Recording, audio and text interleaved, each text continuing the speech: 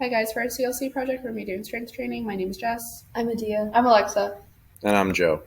Understanding the fundamentals of strength training can help you get the most out of your exercise. There's compound and accessory lifts. Compound uses your larger muscles, for example, in a squat, where accessory targets smaller muscles to improve form and technique, like tricep extensions. Then there's also concentric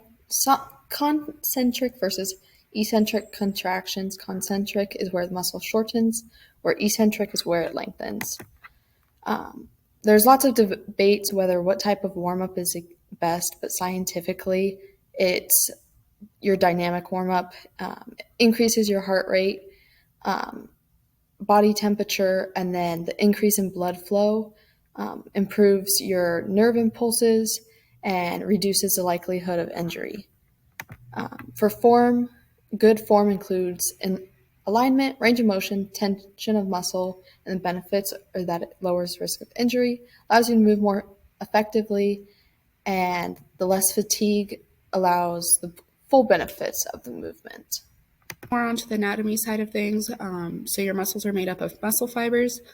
You have slow twitch, which is for more endurance, and fast twitch, which is for more strength and explosive movements. We're going to focus on what fast twitch does, since that's more for lifting. Here's just a breakdown of what it does. This is from an ACSM. It goes into a little bit more detail if you're looking for that.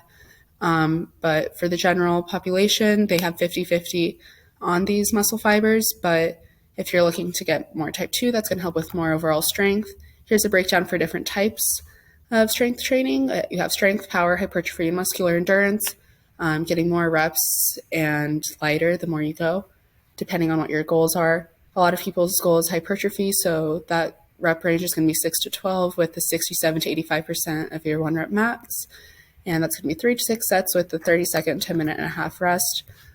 For just starting out, you're going to start with stable. There's different levels according to NASM. There's going to be level 1 for stabilization. This is just focusing on your form, like Alexa said. Then you're going to have strength, which you're going to focus on endurance, and then you can move on to muscular strength. And then after that, you can move on to maximal strength. And then after you have that down, you can move on to power. There's different ways to do this to make sure you're doing it safe and most effectively. Getting down one phase, you can move on to the next after that.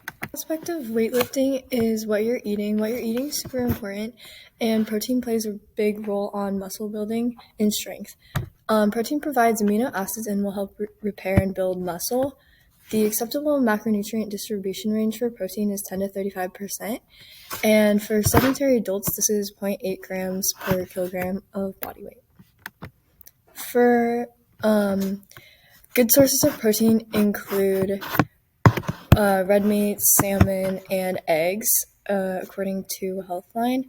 And if you're going to want to increase your muscle mass, you are going to want to go on a lean bulk, which aims to add 10 to 15% of your maintenance calories to your total calories while maintaining your macros, according to the American College of Sports Medicine.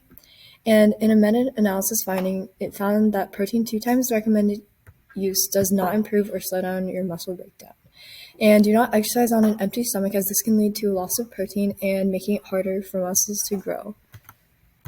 For your anabolic window, it's found that after exercise, 45 minutes to an hour, you should be eating. Otherwise, you're going to lose protein. And the more exercise that you do equals you need more protein to maintain a calorie balance. And also, everyone's body is a little bit different, so protein needs and calorie intakes will vary a little bit. The mental health benefits of strength training are that it's going to help your body maintain healthy blood circulation, which means that your body and your brain are going to be getting all the hormones and nutrients that they need to stay in homeostasis. This comes from the European Journal of Applied Physiology.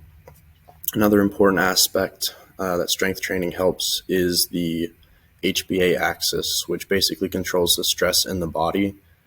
So when you strength train, that is developing cortisol and making sure that the balance stays proper in your body, so that later your body knows how to develop and use cortisol as well as other hormones that the adrenal glands secrete. In conclusion, strength training with proper plan, diet, and execution leads to a healthier brain and body.